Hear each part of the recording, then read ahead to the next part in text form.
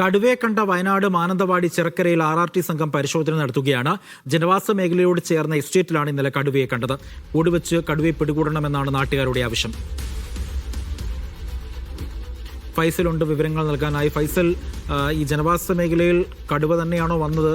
ഇത് RRT സംഘം അത് സ്ഥിരീകരിച്ചിട്ടുണ്ടോ? എന്താണ് വിശദാംശം? ഈ കഴിഞ്ഞ ഒരാഴ്ചയിലധികമായി തലപ്പുഴ മാനന്തവാടി ചിറക്കൽ ഭാഗത്ത് കടുവയുടെ സാന്നിധ്യമുണ്ട്. ഇന്നലെയാണ് കടുവയുടെ ദൃശ്യം പുറത്തു വന്നത്. നാട്ടുകാർ തന്നെയാണ് ഈ കടുവയുടെ ദൃശ്യം പകർത്തിയത്. അതിന് പിന്നാലെയാണ് വനംവകുപ്പിന്റെ ഒരു പരിശോധന ഇപ്പോൾ ഇവിടെ നടക്കുന്നത്. രാവിലെ മുതൽ തന്നെ RRT സംഘങ്ങൾ സ്ഥലത്തെത്തുകയും പരിശോധന നടത്തുകയും ചെയ്തു. ഇതൊരു വനത്തോട് ചേർന്ന് കിടക്കുന്ന ഒരു മേഖലയാണ്. അതുകൊണ്ട് തന്നെ ഇത് മാത്രമല്ല, എസ്റ്റേറ്റിലാണ്, അതായത് പാരിസൺ എസ്റ്റേറ്റ് എന്ന് പറയുന്ന ഈ ഭാഗത്തുള്ള ഒരു എസ്റ്റേറ്റിലാണ് ഈ കടുവയെ ഇന്നലെ കണ്ടത്. അതിനുള്ളിലേക്ക് കടന്നുകൊണ്ടുള്ള ഒരു പരിശോധനയാണ് വനംവകുപ്പിന്റെ ഭാഗത്ത് നിന്ന് ഉണ്ടായിരിക്കുന്നത്. വിവിധ ഇടങ്ങളിൽ ക്യാമറ ട്രാപ്പുകളും സ്ഥാപിച്ചിട്ടുണ്ട്. നാട്ടുകാരൊക്കെ തന്നെ വലിയ ആശങ്കയിലാണ്.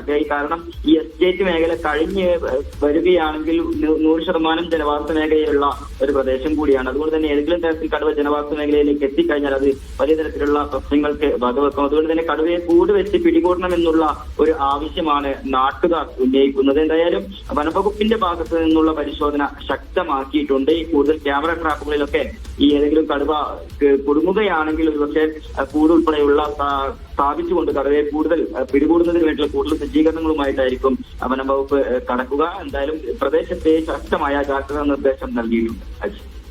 ശരി, ഫൈസൽ നെടുമ്പാലയാണ് വിവരങ്ങൾ നൽകിയത് വയനാട്ടിൽ നിന്നും.